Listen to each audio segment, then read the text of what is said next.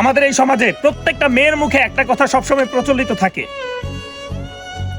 সেই কথাটা হচ্ছে বিয়ের পর নাকি মেয়েরা স্বাধীনতা হারিয়ে ফেলে। আমি প্রতিটা মেয়েকে একটা কথা বলবো, শুধু তোমরা না, বিয়ের পর শুধু মেয়েরাই স্বাধীনতা হারায় না। কই, আমি তো একটা পুরুষ, বিয়ের পর তো আমি আমার নিজের স্বাধীনতা হারিয়ে ফেলেছি। এখন মন চাইলেও আমি কিছু করতে পারি না, নিজের মন মতো চলতে পারি না, যেটা আমি বিয়ের আগে পারতাম। মাঝে মধ্যে চিন্তা করি, যে ফ্যামিলির জন্য নিজের বহু বছর আমি খেটে শেষ করে দিয়েছি, যাদেরকে আপন মনে করে, বিশ্বাস করো সেই মানুষগুলো এখন আমাকে আপন ভাবে না।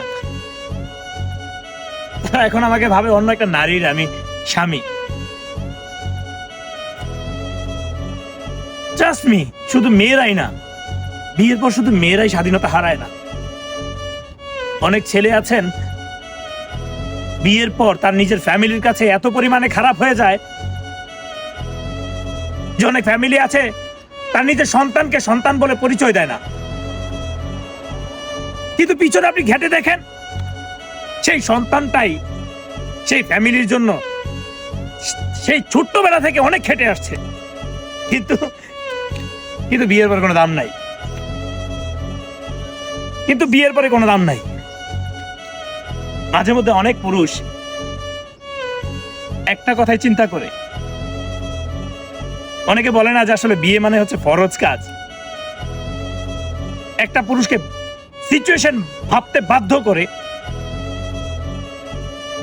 যে আমি মনে হয় বিয়ে করে ভুল করেছি, ভাবতে বাধ্য করে শুধু একমাত্র ফ্যামিলির কারণে। অতএব শুধু মেয়েরাই না, খোঁজ নিয়ে দেখেন অনেক পুরুষ আছেন যারা বিয়ের পর তার নিজের স্বাধীনতা হারিয়ে ফেলেছে, তার ফ্যামিলির কাছে হয়ে গেছে খারাপ। আমরা পুরুষরা কখনো মেয়েদের মতো চিৎকার করে কান্না করে নিজের মনের যত কষ্ট আছে হালকা করতে পারি না। এটাই হচ্ছে আমাদের একটা সমস্যা, সবকিছু হাসি মুখে সহ্য করতে হয়,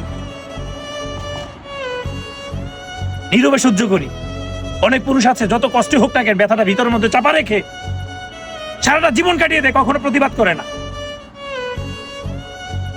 শুধু তোমরাই না, আমরা পুরুষরা অনেক সময় স্বাধীনতা হারিয়ে ফেলে নিজের ফ্যামিলির কাছে। আল্লাহ হাফেজ, আসসালামু আলাইকুম, ভালো থাকবেন সবাই।